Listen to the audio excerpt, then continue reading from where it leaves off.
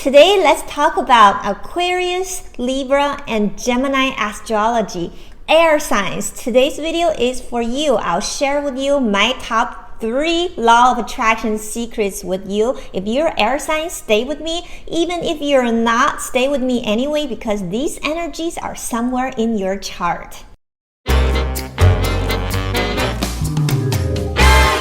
A couple of weeks ago, I posted a community poll and asking you guys what is your sign. More than 800 of you answered that poll, and the fire signs won. That's why I made a video for the fire signs last week, and this is part 2 of my astrology and law of attraction series, and the air signs are the second place. So this video is about you, and if you're not an air sign, also pay attention to where these energies are in your chart. Pay attention to the houses that host these energies.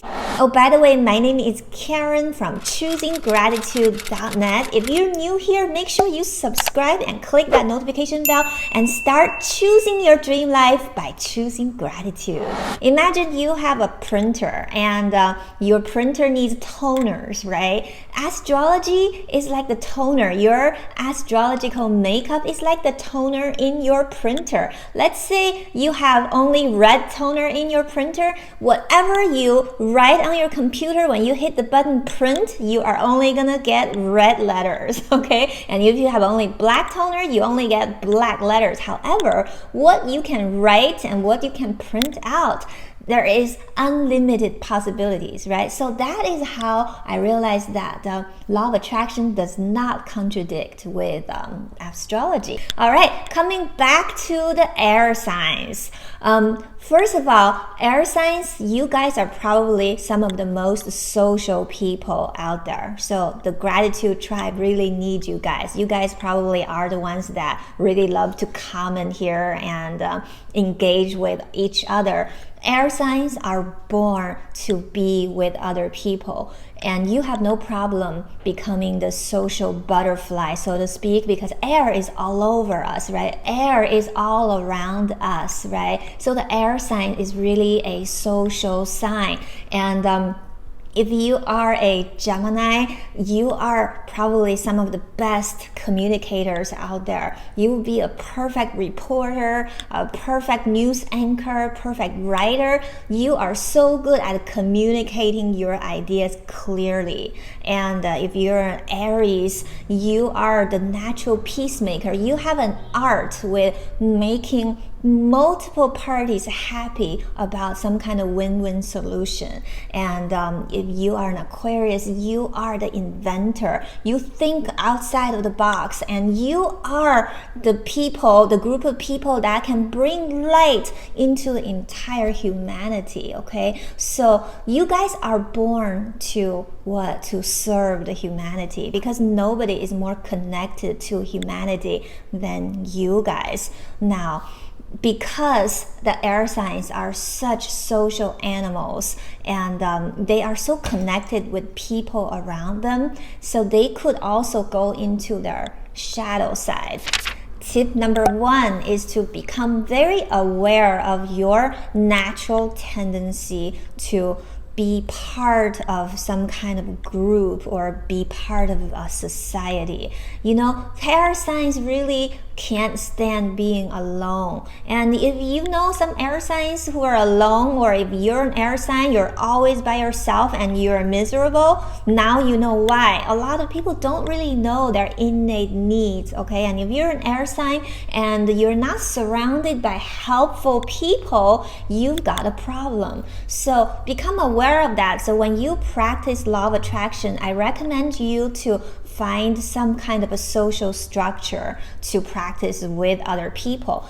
Coming to my channel is a great outlet of that, right? Because we have a lot of people commenting and engaging with each other, and you're communicating with me. So just remember that you want to be part of some kind of a group or a structure that are heading into a positive direction. You can also join some kind of social media groups or your local church, your local group, but find a group of positive people.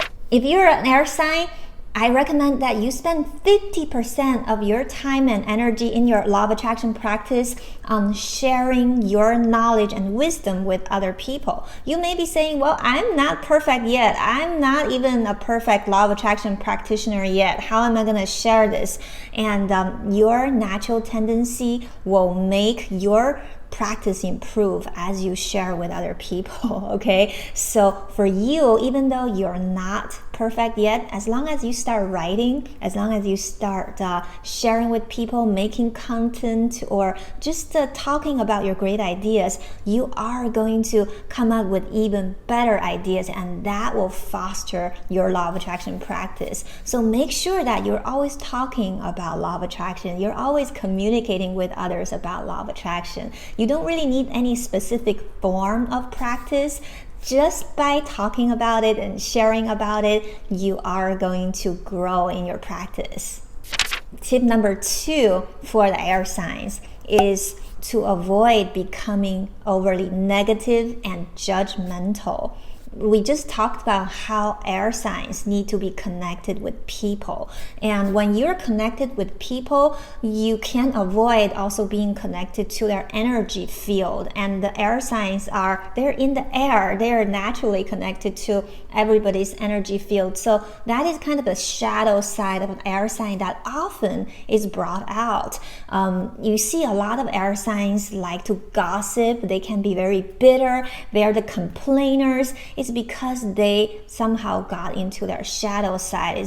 It's because they are not connected to the positive energy of people around them. So for air signs, I really want you to focus about 30% of your energy and practice on being grateful. You know, gratitude is a natural protection for you to protect you from negative and low energy around you. And in every day, just start the day by yourself without talking to anyone, and just visualize that you are feeding the gratitude, and visualize the gratitude becoming some sort of a protection, like a ball of a protection or a net of protection around you. You put yourself in this energy ball, and throughout the day you visualize yourself in this protective energy ball all the time. You really need that, otherwise the group energy around you are going to drive you crazy. And also once you become aware of the pattern of your thoughts, you are going to start realizing whenever you become overly critical or overly obsessive and overly negative, when you notice that kind of tendency, just tell yourself, you know, I'm just connected to the shadow side of me. Now I need to turn around and now start thinking about positive things about people. Just stop complaining and stop the overly analyzing of your mind, and instead focus on what's good about people and what knowledge, wisdom, and ideas you can bring to other people. Tip number 3 for the air signs is to avoid overthinking. What do I mean by that? Air signs, you have a very, very active mind. You're one of these people out there who can't shut down their minds, okay? And if you don't know how to control your mind, that mind could end up controlling you. And when that happens, you become a very critical and unlikable person because you lost your genius ideas. You're basically just being angry or upset about things that happen around you. So you need to be very careful with that. And the source of that energy is really overthinking. So to prevent overthinking, I want you to focus 20% of your energy on meditation. This is nothing new, but for you, out of all kinds of meditations, I recommend you to do transcendental meditation. What is transcendental meditation? It sounds really fancy, right? Perfect for the air signs because you guys love flashy words. Transcendental meditation is very simple. You just sit still and you observe your breath. You don't force your breath. You don't count your breath. You simply follow the breath with your mind and empty out your mind. And when thoughts come in, you just let it go and come back to your breath. You may get lost for a little while, but the purpose of the meditation is to follow your breath.